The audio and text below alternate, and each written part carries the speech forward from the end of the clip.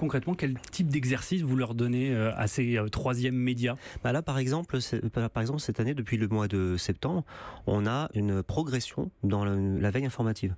Donc on leur demande au départ, le déclencheur, on leur demande d'être curieux, d'être curieux de l'information, de ne pas subir l'information, mais d'aller au-devant de l'information, de suivre les informations. Donc ça demande cette curiosité d'aller chercher l'information et ne pas simplement de recevoir ce qui tombe sur Instagram, sur Snapchat, sur les réseaux sociaux ou à la télévision. On leur demande de s'informer, donc ça a commencé tout basiquement par des tout simplement, on va commencer à lister tous les sites d'information, les radios d'information, enfin tout cela.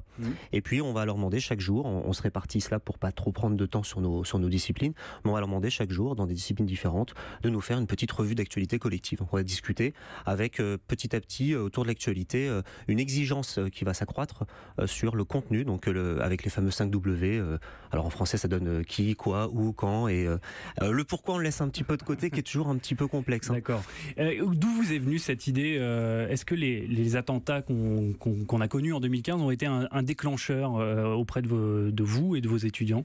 Non, moi, l'éducation média, je la faisais avant parce que tout simplement, ça m'a toujours paru essentiel d'accompagner les élèves dans l'accompagnement à l'information. Après, dans les attentats, notamment contre Charlie Hebdo, moi, ce qui m'avait frappé, c'était l'impact des théories du complot, justement, sur certains élèves. Mais déjà avant ces attentats-là, j'avais constaté que les élèves étaient, pour certains, assez crédules à certaines théories du complot.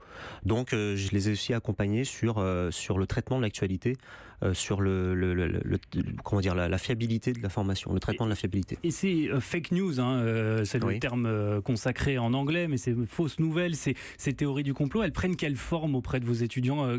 C'est quoi? C'est des vidéos? C'est des articles? Pour moi, c'est d'abord le manque de sources. C'est d'abord ça. C'est-à-dire, je reçois quelque chose et je ne vais pas chercher la source. Pour moi, c'est d'abord ça, la fake news, entre guillemets. Alors, il peut y avoir du vrai, bien sûr, dans ce qu'on va voir. D'ailleurs, proportionnellement, je pense qu'il y a plus de vrai que de faux. Mais il y a du faux. Et dans les fake news, dans ce manque de traitement de l'information, il suffit d'entendre les élèves. Quand vous leur demandez où est-ce que tu as eu cette information-là, on va souvent entendre « je l'ai vu sur Internet » ou « je l'ai vu sur YouTube ». Donc, on va commencer tout bêtement par d'accord, mais sur Internet, sur quel site? Sur YouTube, sur quelle chaîne? Et puis après, on va creuser, on va remonter le fil, on va creuser, puis on va poser des questions pour systématiser l'interrogation.